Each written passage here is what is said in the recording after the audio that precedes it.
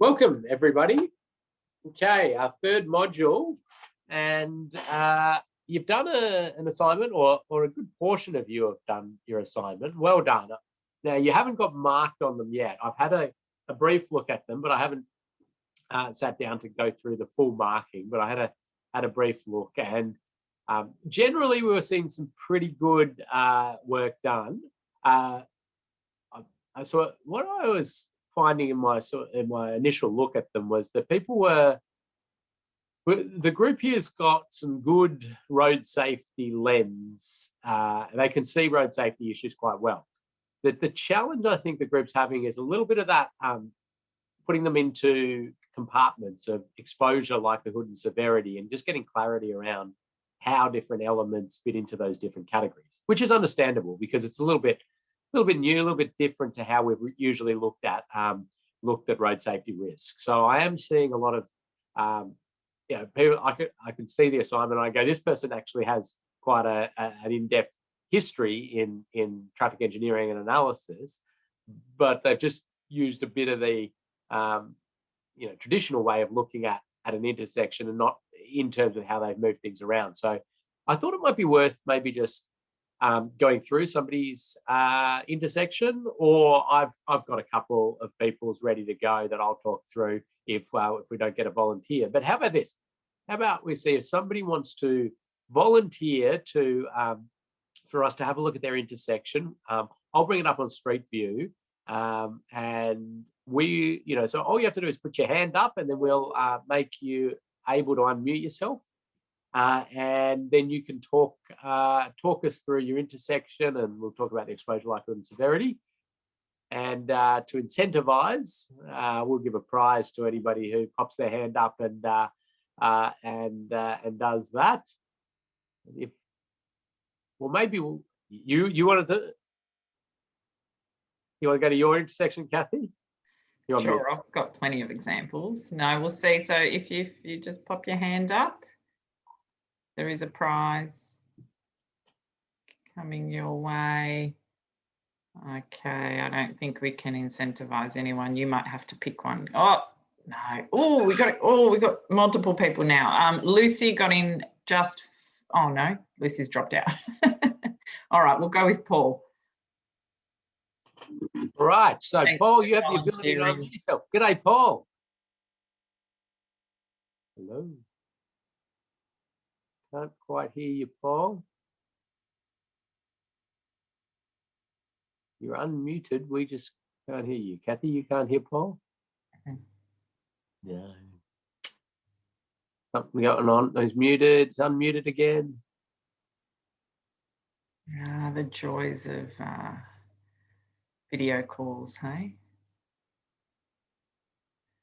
Yeah, so I don't think you've got audio there, Paul. No, might be a setting in the computer there that picking up your microphone. How about we put Paul on hold for a minute, and we Lucy, did you want to still jump in? Here's Lucy. G'day, Lucy. Can you hear us? Hi, everyone. Yes, can you hear me? Yes, loud and clear. What was your intersection, Lucy? I did St. Paul's Terrace and Brook Street in Brisbane.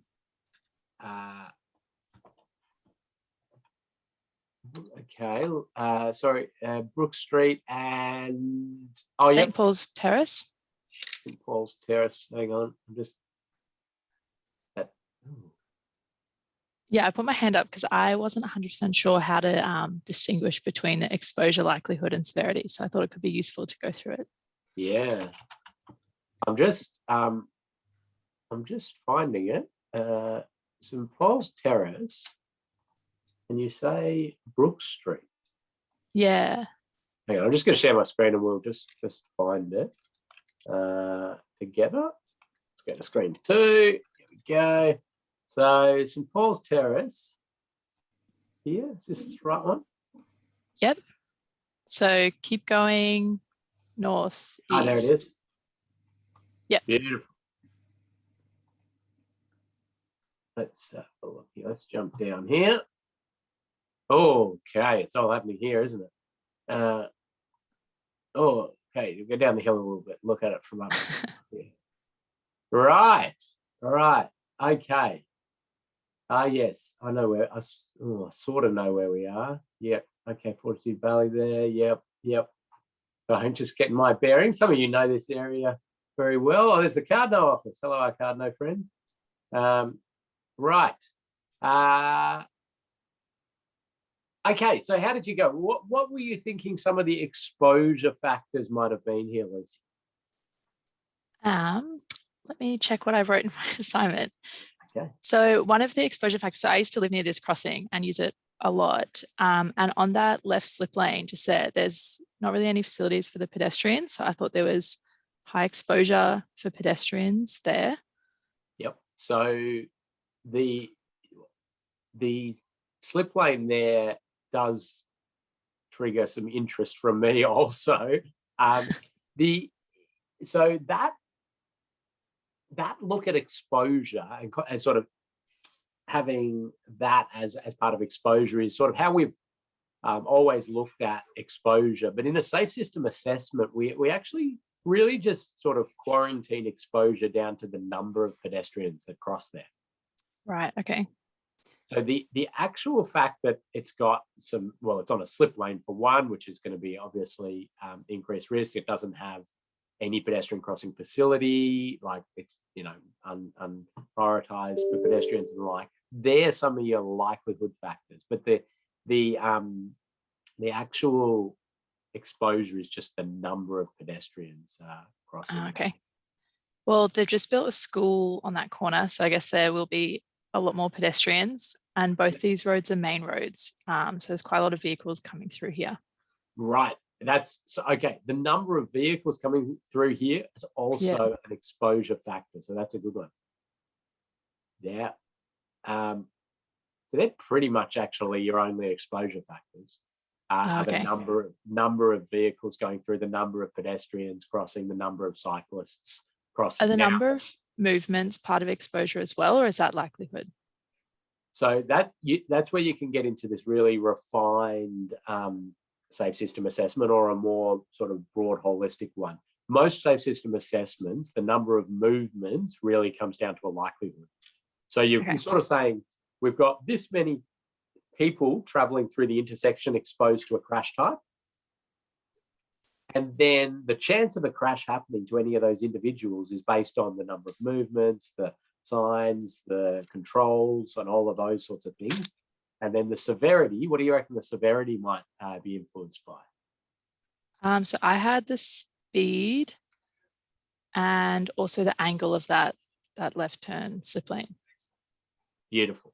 Yeah. So really speeds, angles, the amount of heavy vehicles, the you can get into a little bit more refined stuff like the frailty of the pedestrians or those using it. If you're like right next to a nursing home, or you're in an area that's really like high amount of older road users or something, you might crank up your severity a little bit. But generally, speed, angle, as exactly as you said, and percentage heavy vehicles are really your big ones there. The other severity factor we might take into account, and we would here, is the presence of fixed hazards. So you've got your signal. I'm just having a look at what that is. That almost looks like a slip base. Can somebody tell me what it? We don't usually see slip-based traffic signal poles, but they kind of look like they got something interesting going on. Does anybody actually know? Somebody knows that, write it in, please. I was going to say fixed signal pedestals, which I think they probably, they probably are. They're just probably bolted in. Power poles and those sort of things. So there's this really interesting thing as you're trying to really go exposure, likelihood, severity. The presence of the poles is a likelihood factor, and how close they are to the running lane. Whether or not they're frangible is the severity aspect of that. So, kind of that, and that's obviously for run-off road crashes. But in terms of generally talking about sort of the road safety of this, so was the slip lane your sort of dominant concern there, Lucy? Yeah, also on that northern leg, so on the left where we're looking, there's no arrow for left turns. So if you want to turn left, you kind of go as soon as the pedestrians go. So I said like no late start might increase the likelihood. Yeah, good. That's a likelihood factor, definitely. So yeah, you have that green and green. So yeah, potential conflict there. And so that was one of your ideas that would change the likelihood, was it, to add a left arrow and what a pedestrian head start? So keep it red for a bit, and then yep, I like it. So that's definitely a likelihood factor. Good one. Did you have anything that would change the exposure? So for exposure, I said maybe potentially investigate like rerouting some of the traffic on Brook Street because they're both main routes. So maybe if just one was a main route. Yeah, and in terms of the assignment, that's really good because it is showing that it's all about changing the volume of vehicles or pedestrians or cyclists exposed to that crash, and that's right. Now, obviously, there'd be a huge amount of analysis into that, but for the purposes of what we're doing, that's spot on. So that was exposure, and you've done a likely one. How would you maybe alter the severity? I suggested those like the raised intersection that we discussed last week to encourage cars to slow down to 50. Yeah, beautiful, here. Perfect, absolutely. Yep, that's a or like tip. 30 at the pedestrian slip lane. Yep. I actually think that so now there's probably some of you in the group who are horrified by the idea of an arterial like this being having vertical deflection on it. But it's an interesting one because if you have a look at it, it goes up significantly, doesn't it? And then it goes down again significantly. I would say the grades of a raised platform are not actually a huge amount different to that, just as you get over the crown of the road you're crossing. So those legs you might even just paint or just sort of shape a little bit with some piano key style marking, because it's almost sort of saying you're gonna have to slow down to get over that anyway. Let's just highlight that. And then if you take that sort of principle on the other leg, you can sort of justify potentially doing that. Now, obviously, you're gonna have to think about drainage and the like. So there's a fair bit of work into it. But it does remind me of a couple where we were proposing raised safety platforms on major arterial roads, and the road authority managing it was just like absolutely no way, couldn't do that. Trucks, buses, the usual stuff where you're going to get back. And so we said, we'll jump in the car with us, and we went out, and there was a number of crossings of other roads on the arterial that had these really quite sharp crossing of a secondary road. And we're like, so, they exist. They're there. They're not even marked. There's no warning signs. There's no, and people are, already slowing down because they know that there's the big bump there. So, we're just sort of creating a few more of those. But anyway, but that's a really good analysis, Lucy. Well done. Interesting intersection, and I dare say quite a common run around Queensland with quite a few common features. Slip lanes for pedestrians, always a tricky one, being of course the fact that you approach here as a driver and you're looking out this way, aren't you? Because you want to see that you can put the foot down. So pedestrians coming up here and near and in the slip lane, well, you're not actually looking at where potential conflict is. So they're always an area of interest. We did a safe system snippet, which are these little snippets of information we put out there on different topics. We've got hundreds of them out there on different topics. We did one on slip lanes and some of the research for pedestrians on slip lanes and what treatment would be appropriate. Certainly a wombat crossing across here under pretty much all the research says is going to be your safest option. Not so much for a zebra crossing, like an at-grade pedestrian crossing. It's not going to do too well at all. In fact, some of the research was showing it can actually make things worse because as I put that scenario to you, as you're approaching this as a driver, you're looking at that way. In this scenario, at least the pedestrians are stopped because, well, most of them should be giving way. Now, if you know your road rules really, really well, you actually know that pedestrians have right of way in any slip lane, but that's a very unknown road rule. So I'm tipping a pedestrian ain't going to be walking out there knowing that they have priority. But if you do just mark it as a zebra crossing, some of the pedestrians will just walk out because they're expecting the vehicle to stop, and the vehicle may be looking down that way, and then we've got a pretty bad scenario. Now, somebody may be able to tell me what the policy is going on in TMR at the moment about slip lanes and pedestrian crossing, because I think it might have said that you have to signalise them all anyway.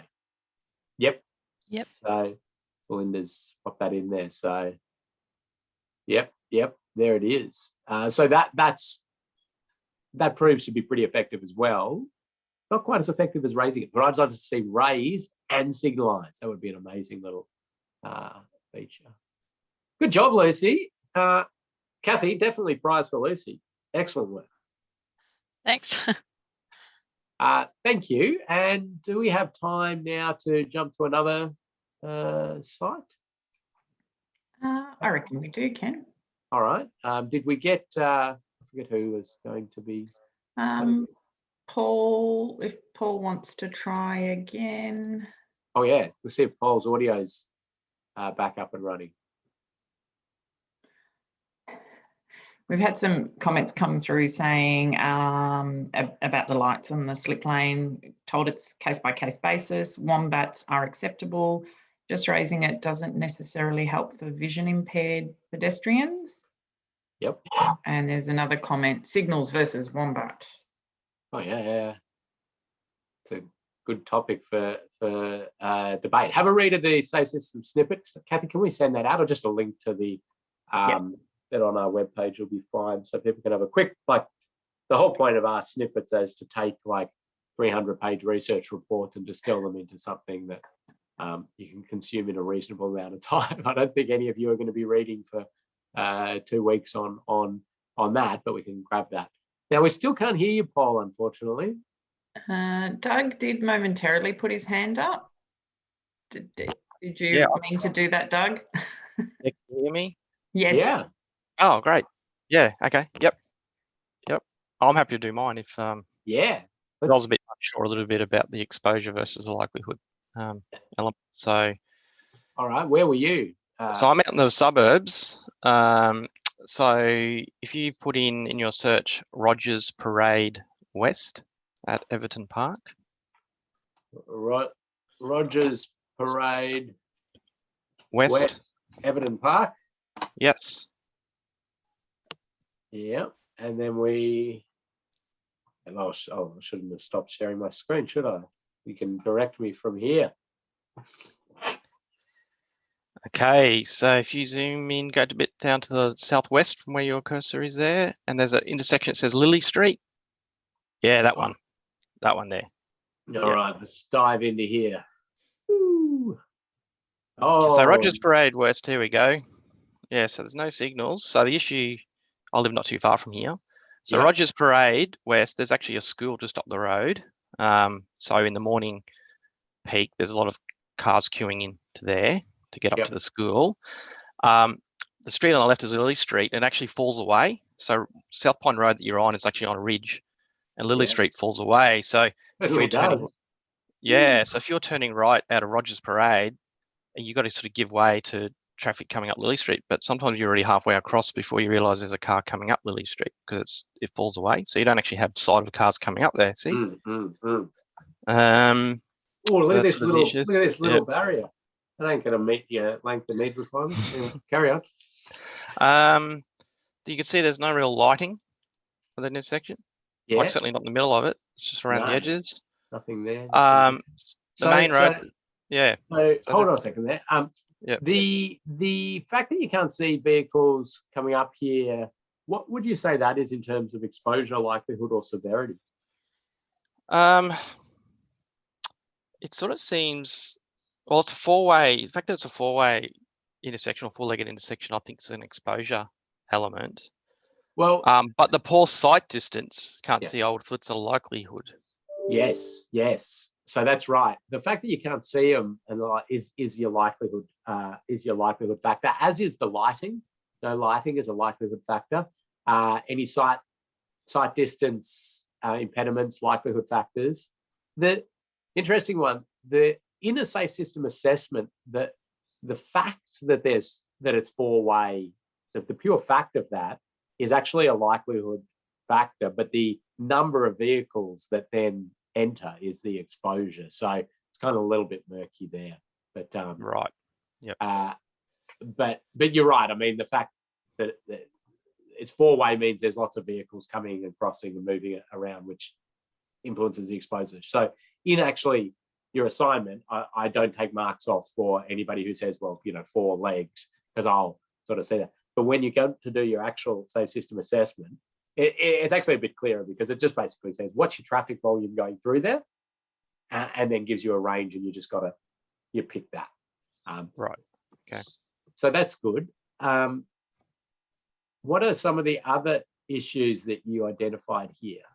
So in terms of exposure, I also said the primary school traffic in the morning and afternoon. So that's probably a higher volume, I guess. That's probably volume related.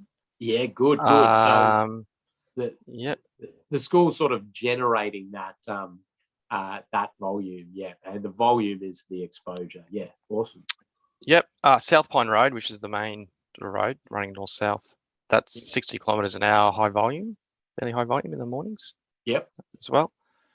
So and then if you, the sight line looking south's not too bad, but looking north, if you go further up, the sight line's quite poor.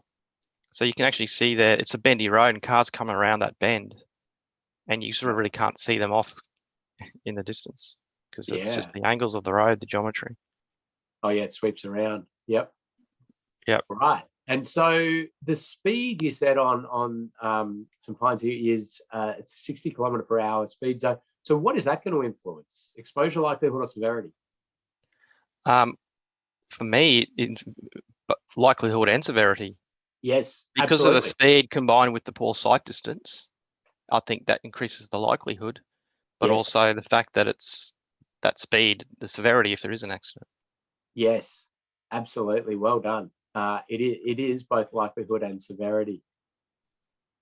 Interesting arrangement here, isn't it? Slip lane, sort of going to conduce high speed. Interesting angle on that slip lane as well. I can't get the street view to go right where I want it to go, because I wanted to have a look at the slip lane angle and how it sort of interacted with that geometry. Now, I don't know if any of you are in the same office as somebody called Kent Lowe, but he's doing a road safety audit course at the moment, and he did an assignment on slip lane stand-up angles.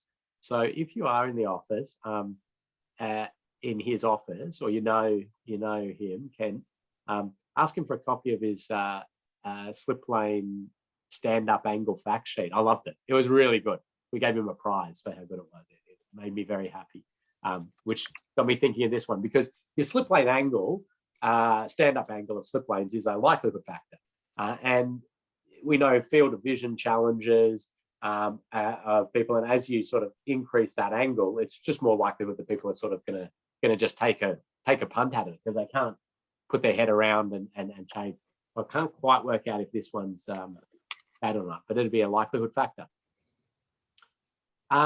So that's a great great analysis you've done there. You've picked a beauty of an intersection. It'll have a lot more when you're doing a full safe system assessment on it, because you'd go through things like the roadside features, the barrier.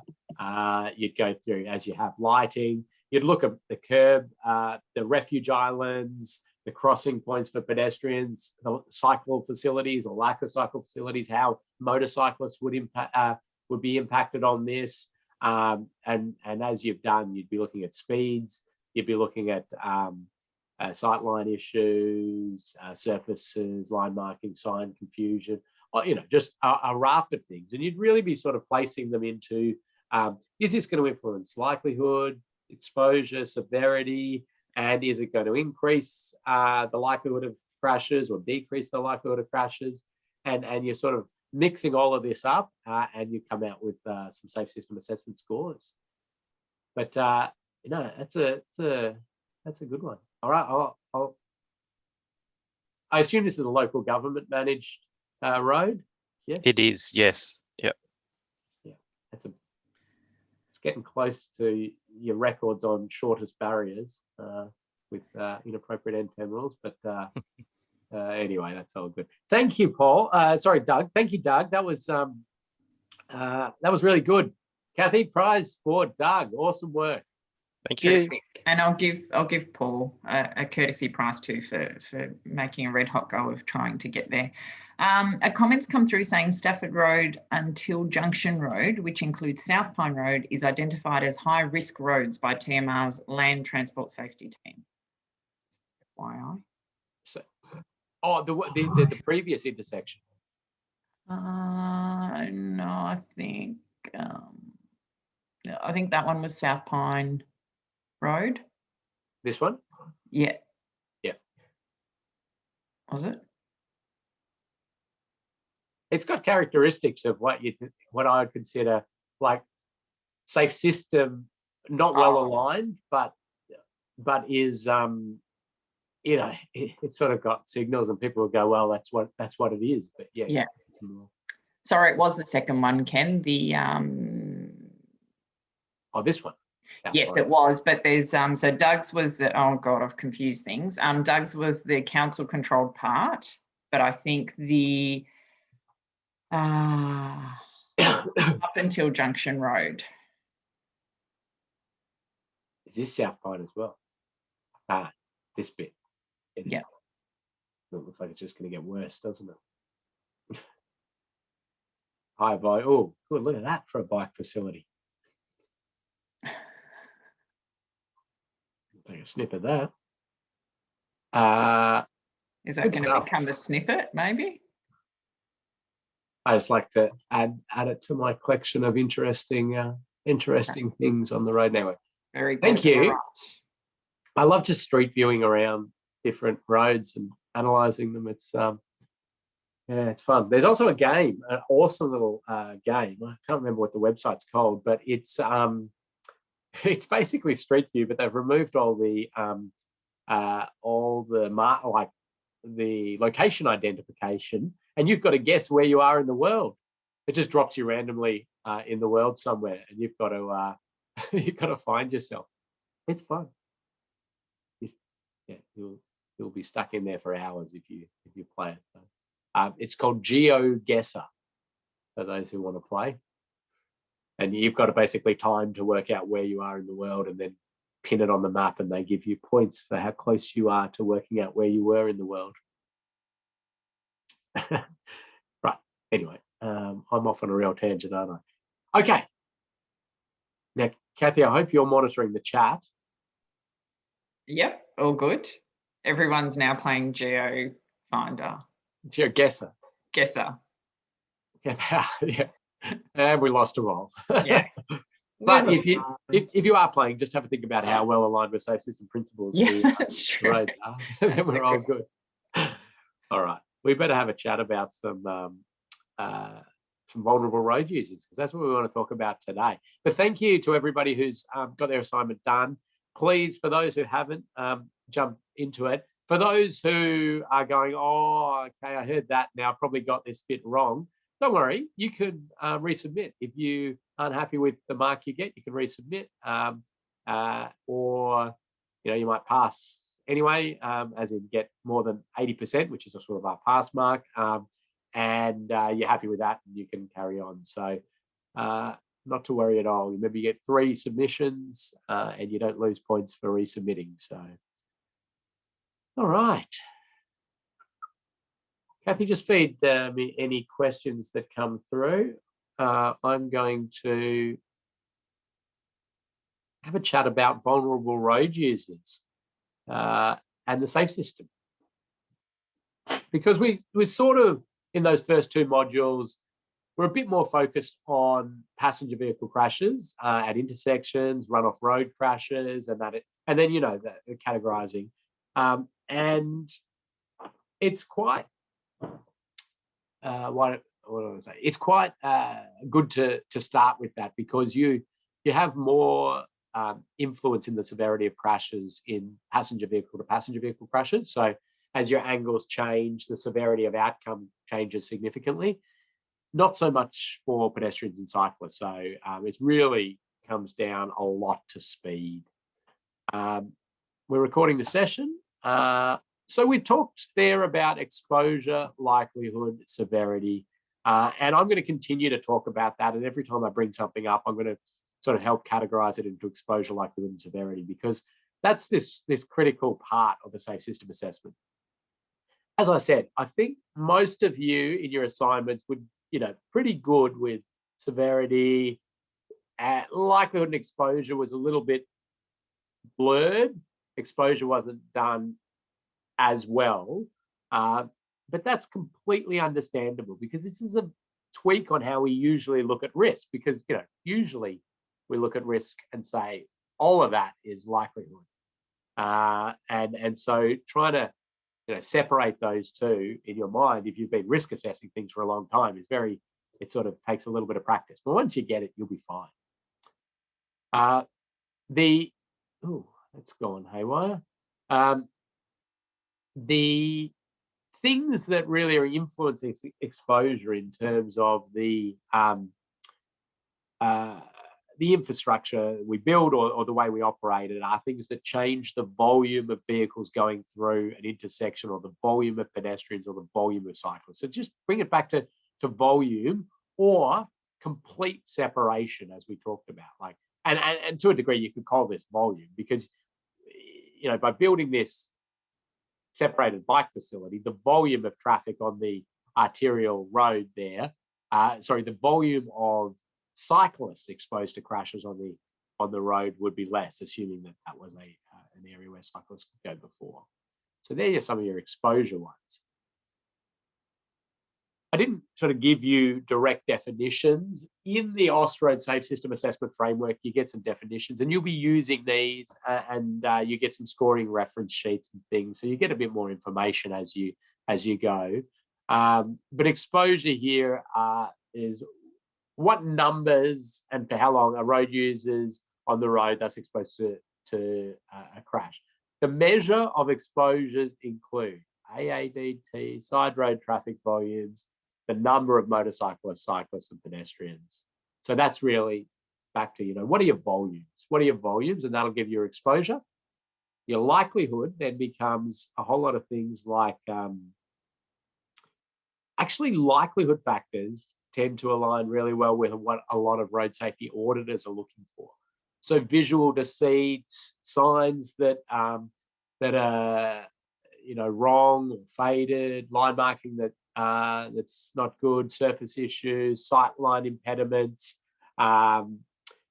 those sorts of things are, you know, significant influences on the likelihood. And the severity really speeds, angles, a vulnerability of road users, massive vehicles.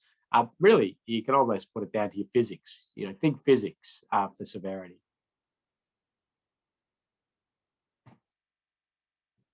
Now, it gets a little bit complicated in some bits and pieces. So we're sort of starting you out fairly easy, and then when you get into it, there'll be times you go, oh, is this exposure or likelihood or what? So we sort of started picking those off and creating fact sheets on some of the more complicated aspects. So take this one, for example, which is bike facilities.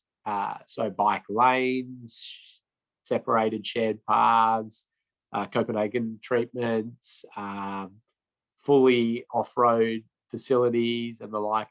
Which of these is a likelihood factor, which is an exposure factor? We saw the one that I showed before, which was, completely floating on the river or whatever it was, and nowhere near the road. So that's an exposure. But what if we had a bike lane? Would that be exposure or likelihood? It's actually likelihood, because we know people can easily, drivers can easily enter that lane. They're texting, they might fall asleep, whatever they're doing, distracted by something else, and they can enter that lane. They're less likely to hit a cyclist if they're not directly, in the same lane as them, but they are still very much easily able to do it. So we'd call that, reduce the likelihood a bit. If we put like a curb separator between the bike lane and the traffic lane, we tend to still call that likelihood. It's just sort of on the cusp. Like we're saying, because a vehicle can easily still mount a curb and enter into the bike facility, it's a likelihood, albeit a very good likelihood reduction. If you put some physical separation, like a barrier in there, then we'd move it to an exposure. So that's why you can see the sort of subtleties, and hence why we've created a fact sheet on that one. And we've got fact sheets, and we've put those all into Moodle on your memory stick, and maybe even hard copies of some of them came in the post. I'm not sure that Kathy is copying those. Yeah, no, they did, Ken, because it is very useful guidance there. There's also been a quick question. Is pedestrian crossing distance an exposure example? Great question. So there was a lot of debate amongst industry about this as to whether or not to allocate it to exposure or likelihood. For all my years in road safety before starting safe system assessment, doing safe system assessments, it was always an exposure factor. How long are you exposed to crashes as you cross the road, or how long is it? But in order to do the scoring in a safe system assessment, it was decided that we'll actually put that into likelihood. We'll put the number of pedestrians crossing as the exposure. The length that they have to cross then becomes a likelihood factor, if that makes sense. And you'll see when you start actually scoring things why you need to do that to quantify and account for risk. Great question, though. In fact, prize for whoever asked that question, because it's one of the ones that got amazing amounts of debate and discussion. And some people still don't agree with it, but that's all right. I think, I dare say, that might even be one of the fact sheets. Okay, so this module, we're going to talk about movement and place, or link and place, and talk about sort of your strategic land use planning and how that interlinks with safe system thinking. And a sort of spin-off of that, or something that just naturally flows out of that, is the protection of vulnerable road users. We're going to look at key characteristics of vulnerable road users that align highly with safe system principles. So pedestrian, cyclists, motorcyclists, and by doing that, we'll also talk about things that don't align highly with safe system principles. And we're going to categorize key risk factors for vulnerable road users into exposure, likelihood, and severity, as we always do. Don't forget to count your wallies. Okay. Now, movement and place, and you might refer to it as something slightly differently, is the idea that the piece of road on the road network could have a movement function, could have a place function, could have a combination of both. Now, movement is pretty obvious, and we've been building roads forever as movement corridors. Movement corridors often for motorized vehicles, but there are also movement corridors for cyclists, heavy vehicles. They can be pedestrians, movement corridors. So movement, we think of this general categorization of movement. Place, thinking of a road or a street as a place is there's quite a bit of research and definition of this around, but it's essentially sort of saying that it's an area for community interaction, vibrancy, trade, a feeling of well-being, and these sorts of things, feeling of connection. So you think about some of the roads around that you manage or you live around, and you can think of some of them are really movement, all about movement, and some of them have that feel of, that's where you want to go to have a coffee, and you want to meet people there, and you want to have a shop and trade and interact and the like. So there's lots of these sorts of graphs available or diagrams available. I just grabbed one which had some pictures and stuff, which was the old planning framework for Sydney, actually. But I think it captures it fairly well for our purposes. So if you have on the y-axis your movement, how much of a desire do we have for this road to play a movement function? And you scale that up the axis. And then down here you have place. How much of a place function do we want this road to have? And you dial it up or down. And then you can put your road onto this, and you can put your aspirations of your road onto this, or you can put your existing road onto this, where it sort of sits. And so if we take an area that has very high place value, or aspires to have very high place value, and very low movement, we're talking down here about like our moles, moles or mals, depending on how you where you come from and how you pronounce it. Those sorts of areas, maybe a shared zone or something like that, where you've got very, very low and infrequent vehicles, and you've got lots of pedestrians, you've got lots of trade, you've got people having coffees in the street, all of that vibrancy and the like. If we go down to the other extreme and we look at an area that's heavily a movement corridor and really has no place value whatsoever. Talking about motorways, I mean, there's your classic example.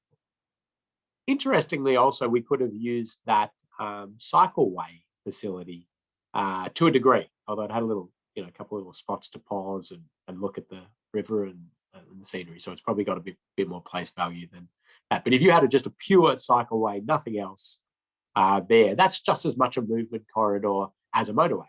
I mean, like we often in cycling strategic planning, we call our strategic cycling corridors the motorways for cyclists. Like, that's where you're trying to build it as quickly from end, quickly along that as possible for the cyclists. So that's the movement corridors. If we say, okay, well, the area doesn't have huge place value, it doesn't have huge movement value, we're talking about our sort of local streets. Now, you don't tell the residents that live on those streets that we don't value the place, we don't put any place value on their street. It's more that societal sort of place value, which has to have that trade, that interaction, and all of those things. So they're down there. Your high movement corridors, which have some place value, really your big major arterials and the like. And then you move into this really, really challenging category called vibrant streets. And so I should say these are the terms that Sydney was using in this planning framework. That changed the terminology since. So you've got to be aware of what your jurisdiction's using or the like, but vibrant streets. But basically they're the ones where they're saying it's high place value and it's high movement function. So usually your high streets, your roads where you've got the bars, the cafes, the shopping district, strip shopping centres, but it's also the main arterial through that area. Now, they can be really quite challenging to deal with. So when you're doing a safe system assessment, the actual categorization of this doesn't matter when you're assessing it, right? You don't particularly care where it fits because you are simply looking at what's the exposure to crashes, what's the likelihood of crashes, and what's the severity of crashes. That's it. You assess it like that. And it doesn't matter how it's been categorized. Where it's important to understand the categorization is when you start to make recommendations or ideas for alterations to a road or a proposed upgrade to a road or the like. Because we can achieve high alignment with safe system principles in any one of these categories or on any road in a number of ways. But we need to understand that there's a functioning to that road that we need to help to build. Now, I just deleted all the lines. That's not a new Wally, by the way. Just saying.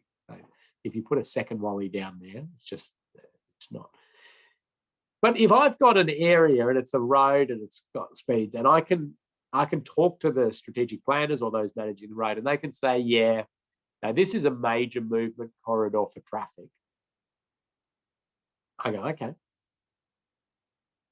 No worries. Categorizing it up here somewhere. I will achieve safe system principles by doing some things that will seriously restrict access for vulnerable road users. I'll tell you now, it ain't going to make it a nice place, but they've just told me that that's not the strategic function of that bit of road. They say to me, yeah, no, this has got really high place value. It's, we've got parallel movement corridors for vehicles and cyclists. This is a place for people. We've categorized a place for people. I'm like, okay, now we're in a different scenario. And I won't be doing these things that, to get aligned with safe system principles by, having these high speeds. I'll be doing it through mechanisms to, stop vehicles getting in there in the first place. And if any get in there, they're going so slow that we're getting really good alignment with safe system principles. Anyway, let's just do a few examples to get there. But, you got your places for people like, you can even change some pretty big movement corridors all the way down to places for people if you like, by just sort of slowing vehicles, restricting, closing, and the like, and getting more interaction and trade. But anyway, how about you do one for me here? Here's the artistic impression, and let's say it's been categorized as aspirational place for people. Okay, place for people. It's currently 40 km/h speed zone, so that's interesting. You can see there lots of vehicles, pedestrians, cyclists. What I want you to do is just simply give me, Johnny and I, into the chat, ideas on how you can alter the infrastructure here to get better alignment with safe system principles. Understanding that it's a place for people. It's been categorized as place for people under movement and place. And then when you do that, I also want you, just in brackets or with a dash at the end, just tell me if you're influencing exposure, likelihood, or severity.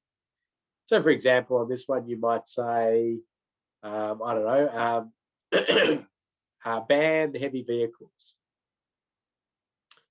And you would say ban heavy vehicles, and you would say that will influence the severity of crashes and a little bit the likelihood, maybe, because you might get a little less volume, but predominantly the severity. So when crashes are occurring, they're less likely to be highly severe because the heaviest vehicles are not. Something like that. So I'll give you a little bit of time to do that, just jotting them in there.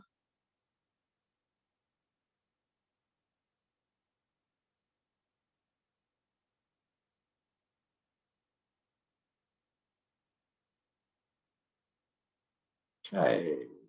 Yeah, I'll give you a good few minutes on this, just to have an idea. Remember to put exposure, likelihood, or severity, and we'll have a chat about them shortly.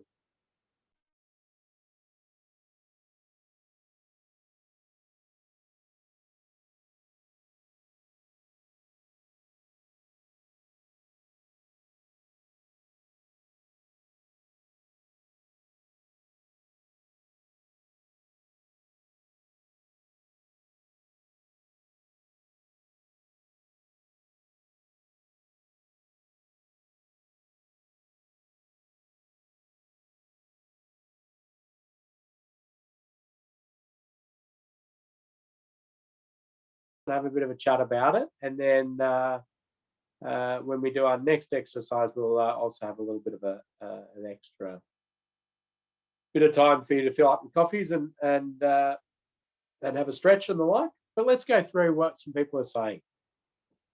Okay, we've got a comment here on eliminate parking, to remove the parking, reduce the likelihood.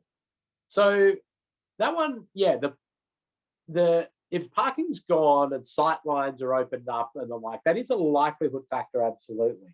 I'm always a little bit nervous on removing parking if it just widens and opens up the road and we end up with higher speeds and the like through there. So always think about things like curb out stands and other features, local area traffic management, to complement if you're going to remove any parking, to ensure that it just does reduce the likelihood and doesn't increase the severity or increase the likelihood because of increased speed as well. We had some discussions, some people have put in there the width of the road, or it almost looks like multiple lanes there, and could we remove a lane, narrow it down?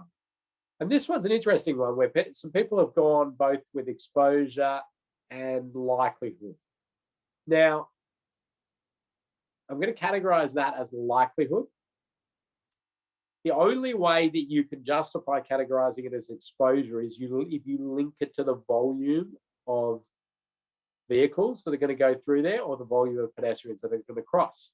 Again, it's back to that thing we just talked about before of the big debate that happened in the industry for safe system assessments in particular, because I can see exactly why people have said exposure, because they go, well, it means they're not on the road and exposed to crashes for as long. That, under a safe system assessment, is a likelihood factor in the way we're doing it. Not because we need to just account for exposure by numbers of pedestrians, number of cyclists, number of motorcyclists, number of vehicles. So, but that's nonetheless a really good likelihood reducer, isn't it? So we've got some people looking at calming devices. So traffic calming devices, local area traffic management, speed humps, and devices to slow vehicles down, which predominantly reduces the severity of crashes. You can also allocate a little bit to likelihood as well. So, lower speed to lower likelihood and lower severity. Got some people who want to divert traffic to reduce exposure. Absolutely. And we've identified that this is a place for people, and that will help it out and give us better alignment with safe system principles. So try to discourage peds from stopping to chat on the road. Better wide footpath areas, reduced exposure. So this one's an interesting one. So if it actually genuinely has super high place value and that's your aim, you kind of should be encouraging them to stop in the area and chat and the like. So it's not a road as such in our traditional thinking of pumping traffic through there. Now, there's a lot more complication to that, but again, the extending and widening footpaths, making nice areas on the footpath to mingle, to have those chats and the like, absolutely great. But I'm just seeing if anybody said it. Nobody quite got to this extreme that I can see. There's some great stuff in there. In fact, there's heaps of stuff in here. Well done, everybody. But yeah, just close the road. Like, if it's really genuinely a super high place value and little or no movement function, just close it off. Make it a whole mall area and the like. That's sort of your extreme. And the first thing that you look at when somebody says super high place value or high place value. But if it does provide, if you do still have to provide a little bit of movement function, then all the things that I'm seeing here are great. So really low speeds to reduce the likelihood and severity of crashes. We're seeing, sorry, I'm just reading one at the moment. Oh, okay, yeah. So somebody's pointing out some really specific ones about the barrels being same height as the kids, and hiding kids jump out from behind barrels and things like that.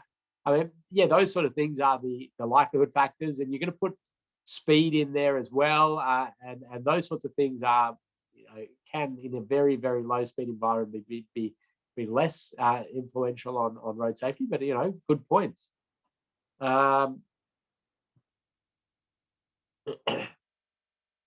Just going to see if there's anything else that hops out that I want to talk about. Okay, so some people have put bike paths. Now, again, this is sort of bike lanes, bike paths, and these sort of things. This would depend on getting a bit more clarity on how much movement function there actually is, or you know, you aspire towards in this area. They said, yeah, it still provides a movement corridor, especially for cyclists. Then we're talking about dedicated sort of cycle facilities that are still sympathetic to the high place value in terms of not impeding on the trade, the interaction, the socialization of the area.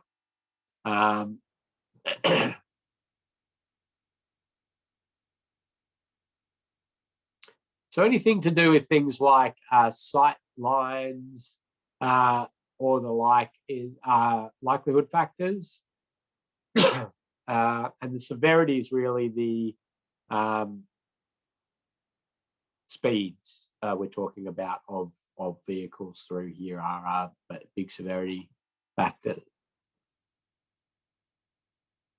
All right, Kathy, I'm going to give out a couple of prizes here for some people who have really put quite a bit of thought into this one. I mean, I think everybody put a bit of thought in, but some people have written down quite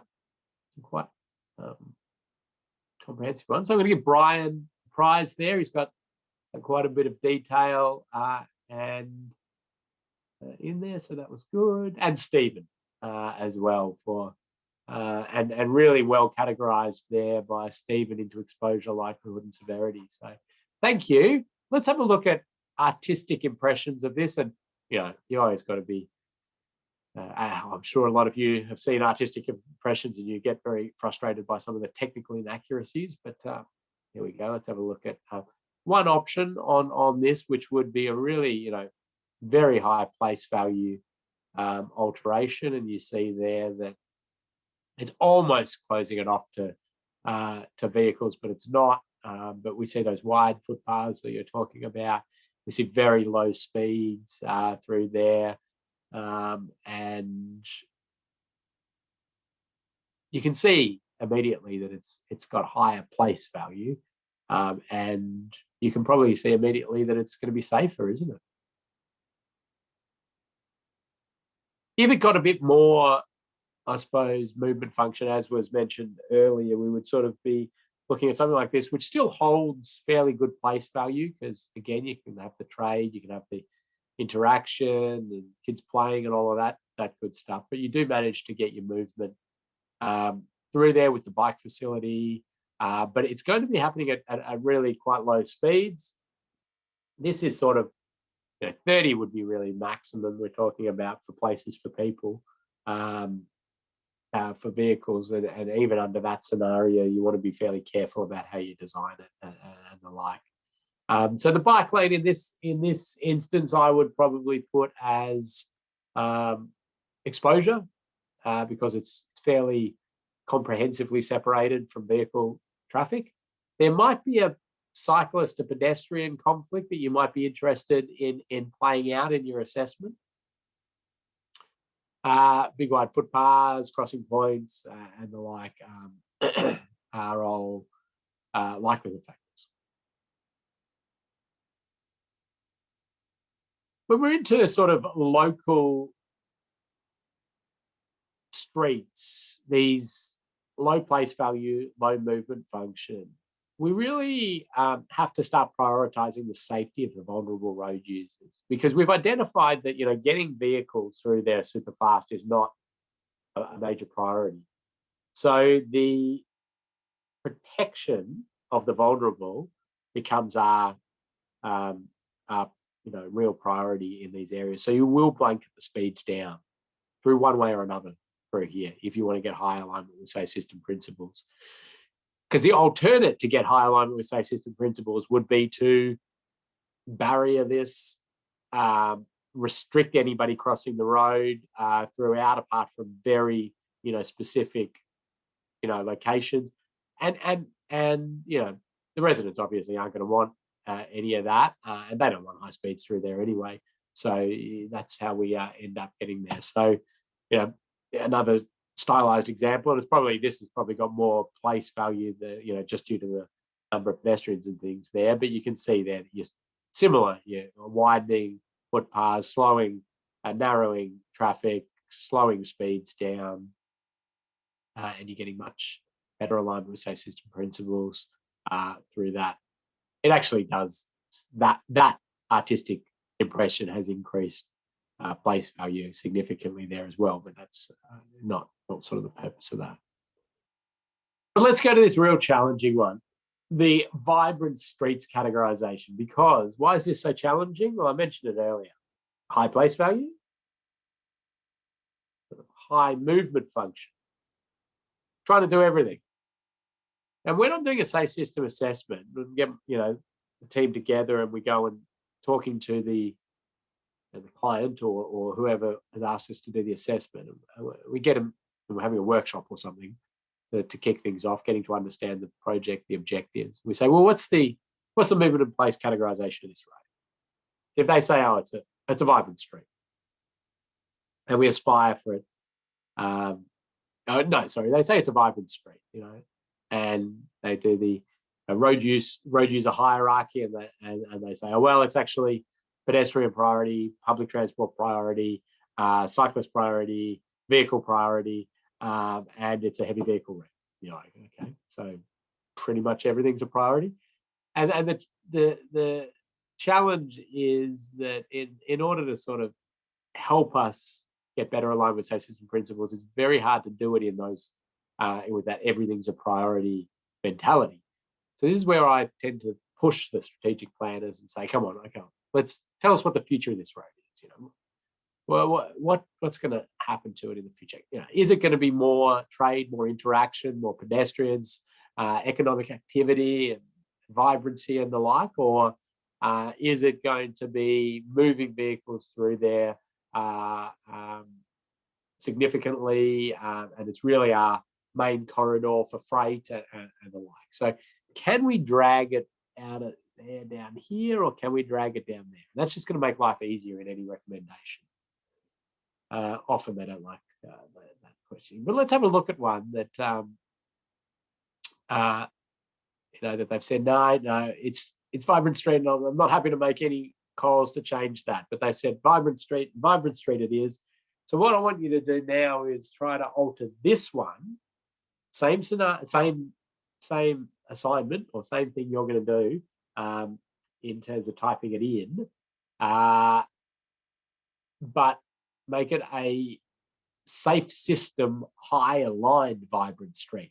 So it's probably sitting as a vibrant street at the moment because it's got high movement and it's got high trade, high pedestrian activity, high interaction. It's just probably not operating safely whatsoever. And it's it's poorly aligned with safe system principles, with 70 kilometers per hour of vehicles going through there, pedestrians crossing. So we've got, you know, lots of lanes of traffic. We've got shops on either side, and we've got a pedestrian overpass here. We've got the fencing and the like. So this one's put in that high place value, high movement corridor. Over to you to jot down some ideas and tell me whether it's you know, the changes you're planning are exposure, likelihood, or severity. And I'm going to give you a good 5 minutes on this one, 4 minutes, 5 minutes. So you can type a few things in, then go fill your coffee up and have a stretch, and we'll get back to it in 4 minutes, 20 seconds. But we're also getting a bit better at sort of recognizing within a movement and place strategic function of a network, understanding then what sort of treatments are applicable. But let's have a look. So we've got some people talking about lowering the speeds one way or another of vehicles. And absolutely, even though there is that movement categorization, it could be movement of cyclists as well as vehicles. Because it's got the place categorization as well, and because we're wanting to get higher alignment with safe system principles, the speeds are going to have to come down. The idea to keep speeds up at this this height, the only real way we can get that to happen and maintain the place value of it the only way to keep that would be to sort of completely stop pedestrians crossing and cyclists being in the mix. And that's generally can't give you good place value, because the place value requires that permeability, that trade, that movability around and the like. Now, some of you are sort of indicating, well, they've got the pedestrian overpass. That sort of, again, works well if you don't have any place, or if you've got low place value, because it's that real separation. You're creating a traffic, it's like almost starting to create an urban motorway, which is actually a really well-aligned safe system, can be well aligned with safe system principles, but doesn't have much place value whatsoever. So this is where it gets really hard when you're trying to have both of those. But if we'd said, yep, no, they said this is a movement corridor, movement for cars, buses and heavy vehicles, and maybe cyclists, because then you can build a cycle facility, you can have their road, grade separate, big walls and barriers and things to stop pedestrians crossing it all, and you're well into the movement corridor. But having that place value as well is the challenge. So really good stuff there. Yeah, so there's some discussion about DDA compliance, so Disability Discrimination Act compliance with stairs and overpasses and those sort of things, and certainly this does not align well with DDA requirements. It does not meet DDA requirements without, you know, going into detail on it. Now, in a safe system assessment, how do you factor that in? Well, you may alter your likelihood a little bit. You may touch your likelihood up a little bit if you feel that there are significant numbers of, or numbers of people that will have to take risks because they cannot access different facilities. But a safe system assessment is this fairly an objective look at a situation. So it's not a DDA compliance audit. And you've got to be really clear with people around that. I've safe system assessed things that align really highly with safe system principles. Don't meet the DDA Act at all, but they align really highly with safe system principles. And people get, angry at that. Like, how can you do that if you're not? Well, I'm like, well, that's not the purposes of safe system assessment. That's a DDA compliance audit and the like. And I'm not seeing there's actual a risk that will manifest in death and serious injury, or that's highly likely to, as compared to what's been done. So just be clear on that. And it's absolutely not to say that, you know, creating these accessible facilities is not super important and what we aspire to do. Just be aware that these are sort of different exercises. Okay, so we've got some different comments about the potential to raise some of the pavement at certain spots, and I think that's really good because we're still able to get decent movement through a corridor from vehicles and the like by slowing them down at certain points. And points of conflict is where we are going to want to slow vehicles down. Again, and that's because you've got the place value as well there. So we've got cyclist lanes influencing likelihood, number of traffic lanes, trying to reduce that would be likelihood. And this is sort of putting different vehicles in different lanes, which, yes, is really a likelihood factor. Reducing the vehicles through there as exposure. So lots of really good stuff there. In fact, I'm going to give a prize there to TD James, Kathy, if you can note that one down, for some really good ideas. And again, for me, it's all about this categorization is what we're really trying to ensure we get right.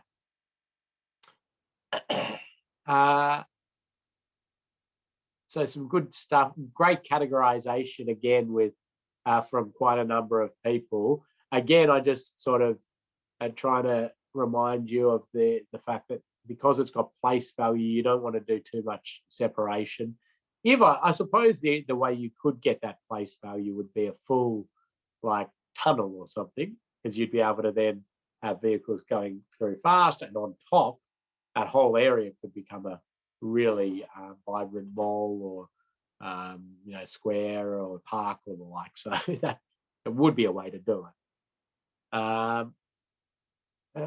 Lower speed 40, severity, separated cycle way with a raised curb likelihood, reduce the service road, raised table crossings and the refuge.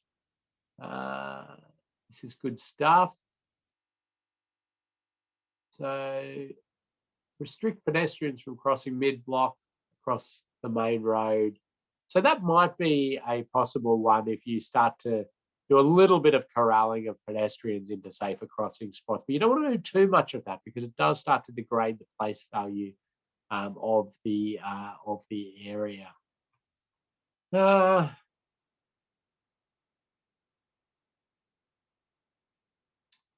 Okay, so I'm just looking at another one that's come in. Exposure is high due to the number of road users, absolutely. And moving the traffic elsewhere, if you could, would be exposure. So channelizing traffic flow and providing separated bike lanes. Well, that would be exposure if you have physical separation on those. And check that fact sheet that we go back to. High number of vehicles, pedestrians. Just reading here. Speeds are really the big severity factor. So that was that's a good one there from Stephen. Prize for Stephen there, and we'll do for now. But thank you everybody who popped in stuff there. I didn't quite get to all of them because there were so many good ones, but I really did like that, and I really like the fact now we're starting to get really clear on our exposure, likelihood, severity. We're starting to understand that the ways we can achieve high alignment with safe system principles are varied depending on the function and the aspiration of that road. So that's really, really great, really reassuring. Here's some artistic concepts of sort of ways that you might be able to get better, have these vibrant streets, as we'd call them, which still have a movement corridor function for cyclists, for pedestrians, for vehicles, public transport, but also have that high place value. Now, you're not going to get as many cars through there as you were, but are you able to get as many people through there? Because it's all about moving people and I suppose, goods as well. So you got the buses, you got the cycling and the like. You still have a couple of traffic lanes there and buses and the like, but you can see the place value is enhanced as well. And of course, the alignment with safe system principles is going to be much better in in these environments. And you know, as we play this out in practical reality, you're going to have your strip shopping centres, you're going to have your vibrant streets, and you're going to have to be trying to sort of keep movement up, but make it better. So we're seeing lots of things like protected signalised intersections, which I think there might be a couple more coming in Brisbane, which I'll be eager to see. Separated cycle facilities one way or another. And we talked a little bit about that, you know, defining, does this facility introduce change exposure, likelihood, or severity? I would say, you know, this one is really a likelihood. It changes the likelihood of cyclist crashes, but there is certainly quite an ability for a vehicle to enter that. You're going to have all your turning in and out, which exposes cyclists to those crashes. So I'd just alter the likelihood of crash as a result of the installation of this facility. It'd do a really good job. And when you're into that movement corridor, if it is movement for traffic that's been prioritised, then you are really going to do things that heavily restrict pedestrians crossing, permeability of the road, or the ability for people to cross. If it's been identified as, you know, movement for traffic and not for cyclists, as in there's a parallel cycle route or something like that, which is the one, you can really, you could get a high alignment safe system principles by banning cyclists, diverting them to the parallel route.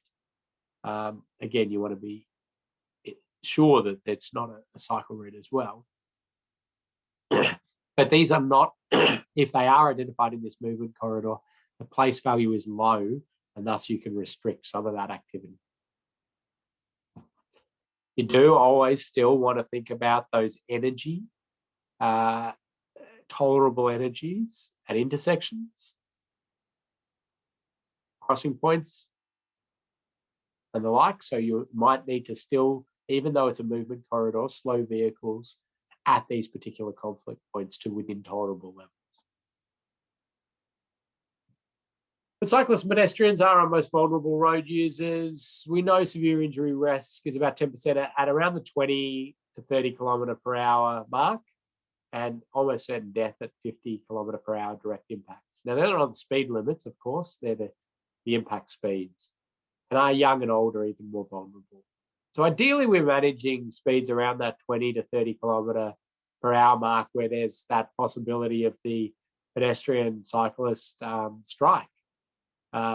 Otherwise, looking to really separate those vehicles, or to slow at these conflict points or separate. Lots of ways to separate, and yeah, I think we've talked enough about that. I did want to chuck in there roundabouts, and I think roundabouts are quite interesting in the sense that we know that they have this wonderful ability to slow vehicles down, increase driver alertness, but we have had challenges with getting pedestrians across and cyclists across. But I think the sort of protected roundabout, such as this one here, which is down in Moray Street in Melbourne, which again, we've got lots of information snippets out. It's been built, it's functioning beautifully.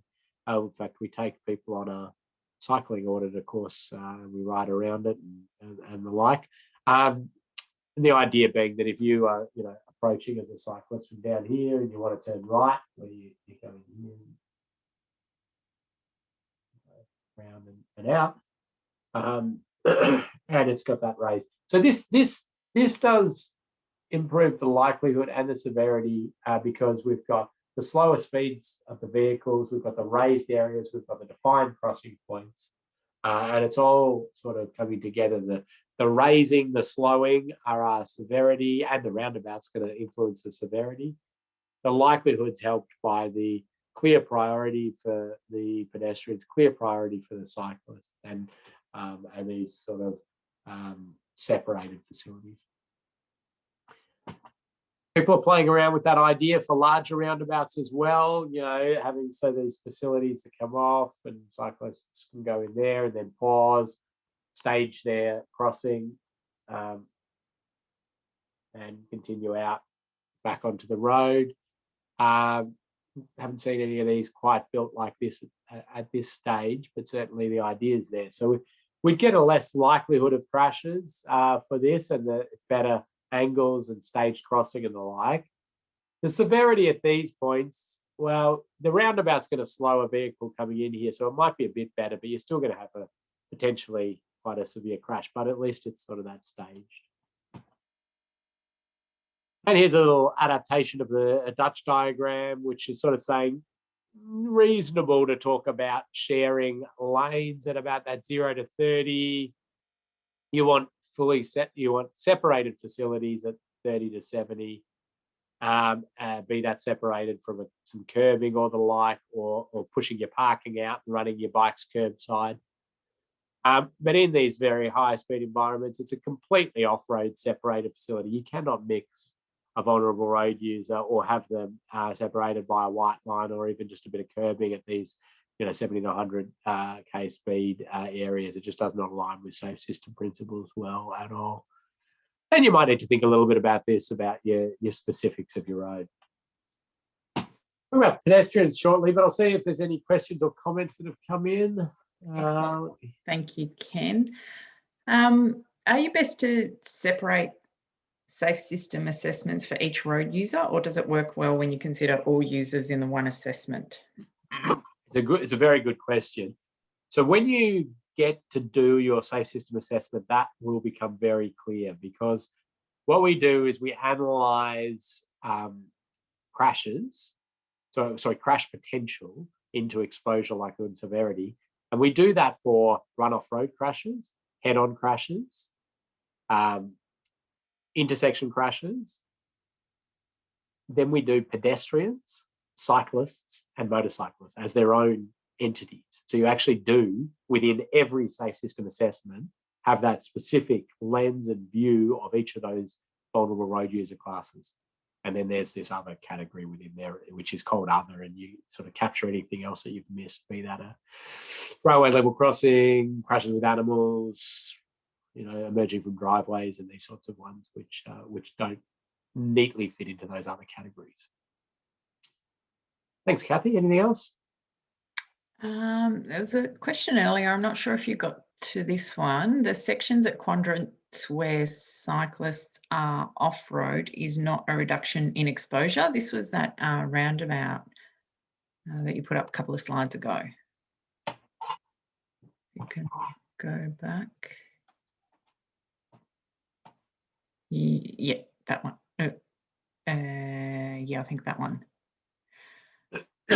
So this is not a reduction in exposure unless for some reason we have altered the volume of traffic going through there, or the volume of cyclists, or the volume of pedestrians. Now, so I can see still why people want to try to allocate this to exposure, but if you sort of bring exposure back to the number of vehicles using the intersection, the number of pedestrians using the intersection, the number of cyclists using the intersection, this sort of, somewhat separation doesn't actually count. I mean, it's the number of vehicles going there and the number of cyclists and the number of pedestrians there is our exposure to crashes. I hope that clarifies it. Yeah, okay. Another question. Sports cycling will still use the highway over a segregated path. So unless motorway restrictions apply, how to enforce on 100km/h roads? Yeah, I don't have good answers on that. I mean, talking about cyclists as one entity is flawed. We know that there's a huge spectrum of variety of people who ride bikes, as we term them, and we've got the commuters, we've got the kids going to school, we've got the middle-aged men in lycra, the mammals, we've got elite training cyclists. So how you create facilities that cater for all of these is a huge challenge, and I don't have great answers to that. I do often revert back to sort of saying, well, I'm going to provide the facility for try to make this facility for the 8-year-old, the 80-year-old, and I recognise that the mammal is not going to use that facility, or is unlikely to use that facility. They are slightly better equipped for navigating the more challenging mix with traffic environment. They're still quite vulnerable to crash forces, not quite as vulnerable as the 8-year-old or the 80-year-old, but they are. And we may need to try to sort of address that through other mechanisms within the safe system, be that we've done a few different bits of work around working with cycling training groups on which routes they use and when, and then providing the facilities for temporary speed reductions or even closures during the sort of 5 a.m. to 7 a.m. on Saturday, Sunday morning, and these sorts of things, to be able to give them complete freedom to utilize that road when it's really not a important movement corridor for anybody else. So, there are slightly altered road safety ways that we can view these things. They're not the highest alignment with safety and principles, but you can do some pretty interesting stuff if you broaden your thinking.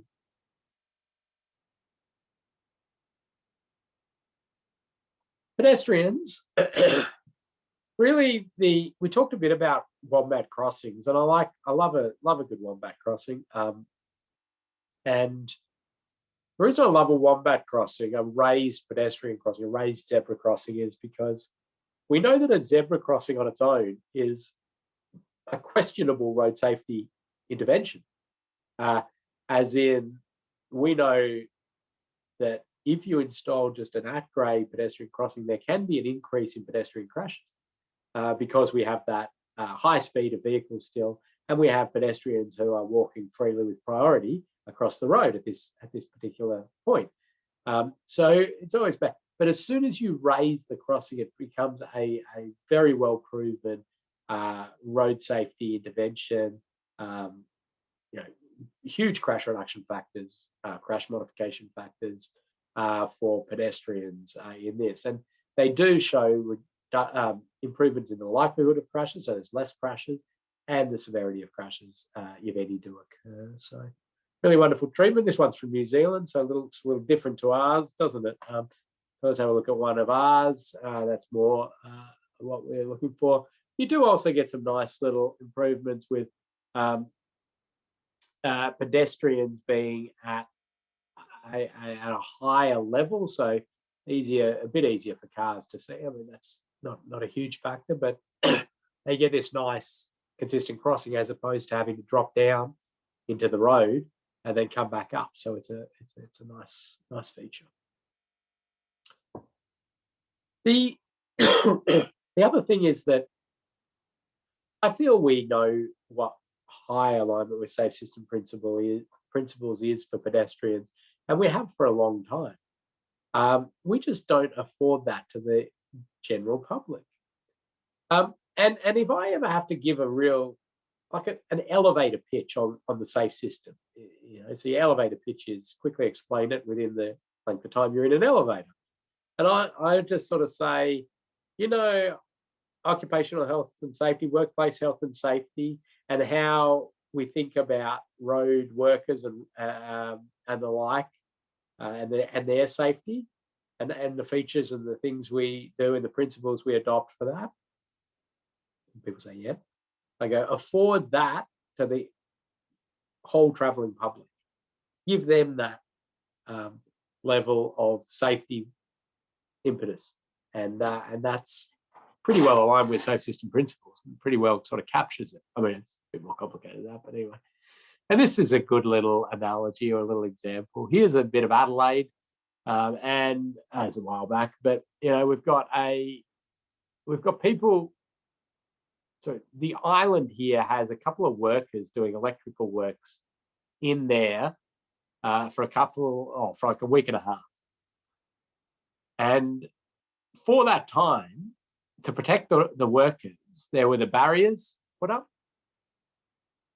The speed limit on the road was dropped from 60 to 25 kilometres per hour, 25 being the work zone speed limit in South Australia, for those who know that. The only jurisdiction that has the 25, as I think.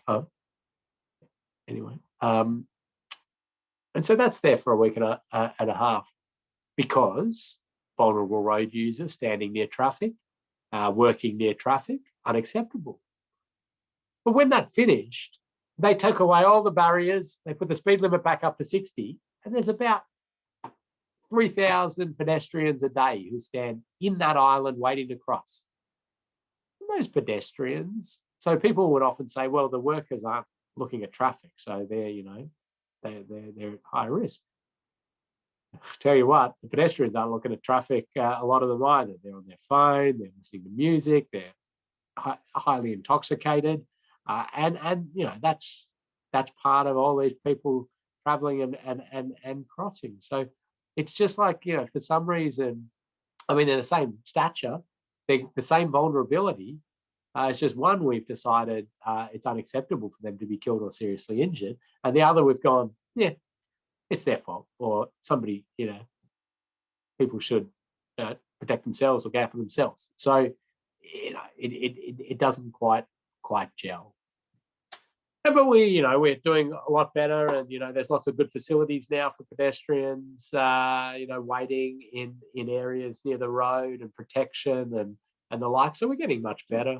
I have a particular interest in public transport stops and road safety risk, and it basically doubles on a route with trams in Melbourne, or public transport, and it's basically people running for their tram, and they will their risk acceptance will just go off the charts. They'll dart through live traffic speeds, to get on that tram. So, managing that is an interesting one. Slowing vehicles through intersections is great. Likelihood, severity, here some raised intersections. It's going to be much better aligned with safe system principles. Thresholds, raised thresholds, slowing vehicles down. Regulatory speed limit reduction. So this is the year that the default went from 60 to 50, actually in South Australia as well. So you see the number of crashes just dropped significantly over a year. So speed limits play a significant part there. I'll pause before I quickly run through motorcyclists, see if anybody's got any questions. No questions at the minute. Lucy's just shared that on a holiday to Adelaide, she was very interested in the 25-kilometre-hour zones, saw them for construction, event in progress, and children crossing areas. Yeah, it's quite a low speed, isn't it, compared to what the rest of us are doing, and yeah, interesting. All right, let's talk about motorcyclists. And I am a licensed motorcycle rider. I don't actively ride. I'm way too scared to get out there on the public road network on a motorbike. But I got my motorcycle license and did a bit of riding back when I was managing a large infrastructure investment for motorcycle safety in Victoria. I thought I'd see what some of the needs of riders are. But let's have a look at what sort of 5 S's I use for motorcycle safety: sight, surface, signs, strike, and speed. And I go into these in a lot of detail in a one-day course called Making Roads Motorcycle Friendly, and some of you probably are aware of Making Roads Motorcycle Friendly guides that are available, which give you some lot more detail on this. But if we're looking at a safe system assessment and you're asked to analyze motorcycle crash potential on the exposure, the likelihood and the severity. So the likelihood is influenced by the site. Can you see a motorcyclist, and can the motorcyclist see what's coming up? The surface, the signs, so warning signs, informing and helping out there. The strike is what a motorcyclist hits when crashing, and that's your severity. And the speed is this magic thing because it influences both likelihood and severity. And very recently, a colleague of mine in Sweden, Johan Strandroth, has, with a bunch of other colleagues, published some injury crash curves for motorcyclists, which are quite groundbreaking, and put those up there for you. So May's 3 and fatal, so that's high-end serious injury and fatality curves for different crash types. So they're in your notes if you want to have a look at those and factor them into your severity outcomes of any crashes from motorcyclists you're predicting. So let me just run through these briefly. So sight, we're talking about likelihood of crashes. And motorcyclists, obviously small and easier hidden behind things like trees, sightline impediments, other vehicles, dynamic visual obstruction issues. And so you might be putting up your likelihood of motorcycle crashes a bit for a whole lot of these different reasons. What I tend to find in a safe system assessment is that whatever likelihood scores I've given for passenger vehicles, motorcyclists are equivalent, if not higher. So I never really see motorcyclists as lower likelihood of crashes than passenger vehicles, and that's because they're on 2 wheels, so they're inherently not stable, and they're smaller and easier hidden and the like. The surface obviously hugely important because of that inherent instability, the angle that a rider leans when taking a curve or the like, the center of gravity then moves, and so any surface issues and the bike slips out and the rider's down. And so we call motorcyclists the canary in the coal mine when it comes to surface maintenance. So any surface issues and motorcyclists are the first to be killed or seriously injured as the road degrades. Sorry, just a quick question here. Can motorcycles be part of a safe road system?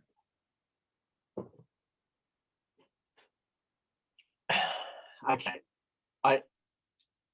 Whoever asked that question gets a prize, because it's when I sort of visualize a safe system,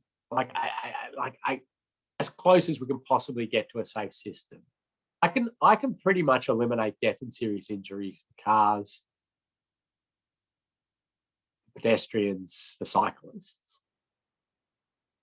I really struggle with our current technology or predicted technology and the way we tend to operate things, do that for motorcyclists and for heavy vehicles. However, I'm sort of optimistic about innovation and the amount, as we see technology going off the charts, in recent years, and it's just sort of exponentially going up, isn't it, in terms of accuracy?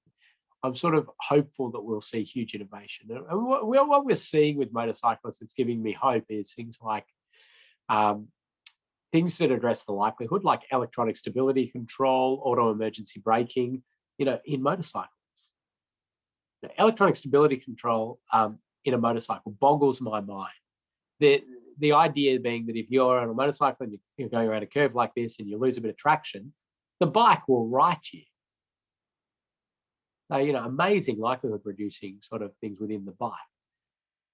Airbags for motorcyclists, airbag jackets. So basically, as you crash, it pops up around you, and there's the cushioning, so your severity can come down and the like. So we've got, those are just 2 random examples of things, but we're seeing a whole lot more come on board that can, and we've still, got limitless innovation to come.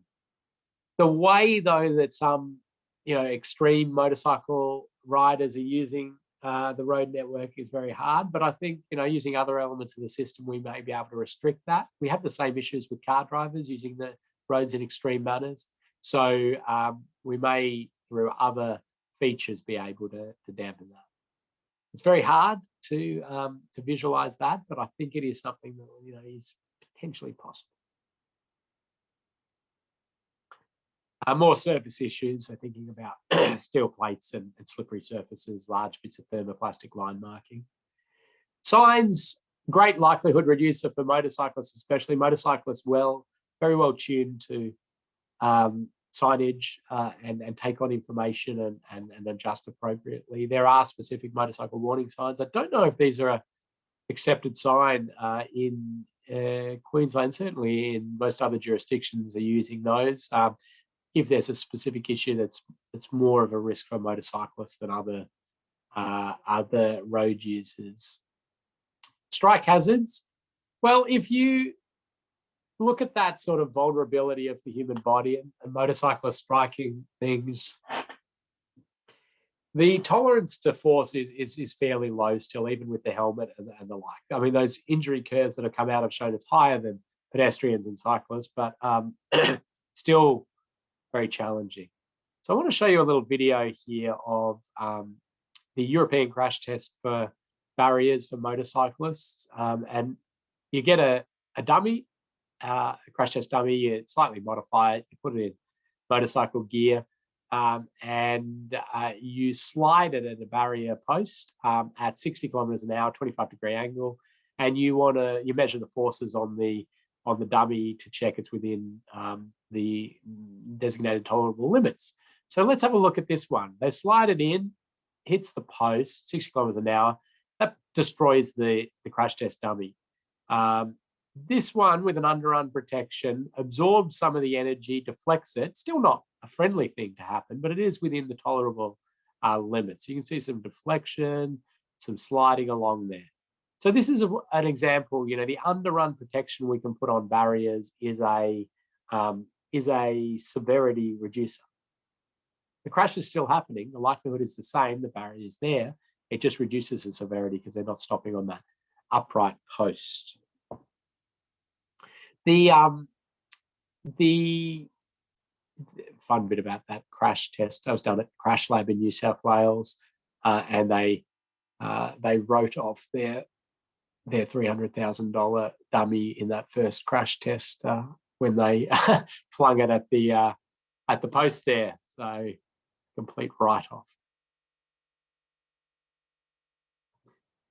Speed, we talked about, influences both the likelihood and the severity of crashes for motorcyclists and for all other road users, actually. And so we can obviously influence the speed of travel through speed limits, through advisory speeds, for example. And we know that we can get sort of mainly likelihood reduction on the advisory speeds, but some severity reduction if people are following that. Sorry, jumping around here. And then there's a whole raft of ways that you can reduce speed at specific points for motorcyclists, but we won't sort of get into too much of that detail. Okay. Any questions at this stage? We've got you in a position now where you're well primed to undertake a safe system assessment. I just need to give you the mechanical details of how to actually score things and how to write up the report and how to fill out the different bits and pieces you need to assess, because you've now got this good, we're all on the same page with safe system principles, we're all on the same page with understanding what is exposure, what is likelihood, what is severity. We've had to think about crashes involving passenger vehicles, heavy vehicles, motorcyclists, cyclists, pedestrians. They're the key categories we've got to deal with. And we know some of the, how we can categorize treatments and think about moving in place categorization when we're categorizing any suggestions that we have. So we've packed a lot into those first three modules. We're going to give you a little breather at the moment in terms of no assignment after this module, but you do have a little quiz to do, as you usually do, which is in Moodle. And anybody who hasn't done their assignment yet, you should maybe take this opportunity to jump in and do that. And anybody who, and I'll get into marking those fairly shortly, and anybody who wants to have a resubmit, they are welcome to do that. Kathy, any comments? Thanks, Ken. No, that's all great. I will pop that slip lane snippet into module 3 in Moodle shortly. And yeah, just a quiz this time around.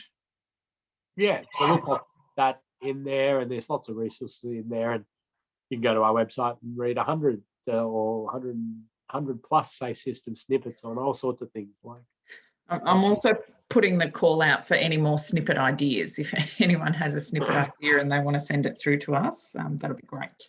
Yeah, any examples of awesome practice too, send us photos. We love trying to share that information. Maybe Kathy, chuck in the Moray Street roundabout one as well, just for because